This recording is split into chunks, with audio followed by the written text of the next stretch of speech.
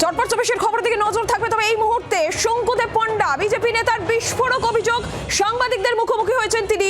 যাদবপুরের registrar নিয়োগ নিয়ে বিস্ফোরক অভিযোগ, একেবারে অডিও শুনিয়ে তিনি অভিযোগ করছেন যে টাকা তোলার জন্য রেজিস্ট্রার নিয়োগ করা হয়েছে, এমনই বিস্ফোরক অভিযোগ।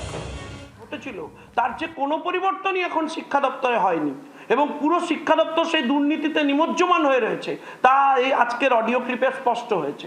অবিলম্বে ব্রাত্যবাবুর রেজিগনেশন দেওয়া উচিত এবং এই ঘটনার পূর্ণাঙ্গ এক্সটার্নাল এনকোয়ারি হওয়া উচিত। কারণ পুলিশকে আবেদন জানিয়েছেন ভাইস চ্যান্সেলর, কাকুতি মিনতি করে আবেদন। সেই আবেদনের লাস্ট লাইন হচ্ছে, দয়া করে সোশ্যাল মিডিয়া থেকে ভিডিওটা তুলে ফেলে দিন।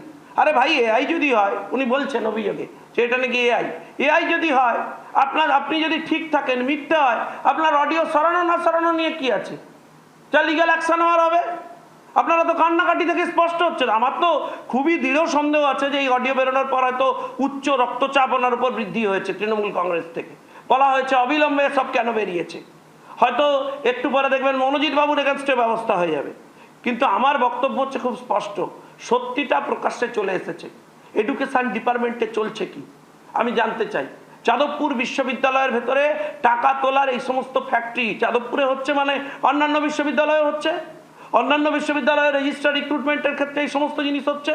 ফলে অত্যন্ত ভয়ঙ্কর পরিস্থিতিতে আমরা রয়েছি, অন্তত শিক্ষা ক্ষেত্রে। এমনি রাজ্যের পুরো শিক্ষা ব্যবস্থা ঘেটে গেছে, লাটে উঠেছে এবং এখানে আজকে শিক্ষক এবং ছাত্রদের মধ্যে সম্পর্কের জায়গা তৈরি হয়েছে। শিক্ষক ক্লাসে ঢুকলে ছাত্ররা বলছেন আপনি প্রপারলি পাস করে এসছেন তো? ঠিক। বাংলার আওয়াজ, বাঙালির আবেগ, জি 24 ঘন্টা।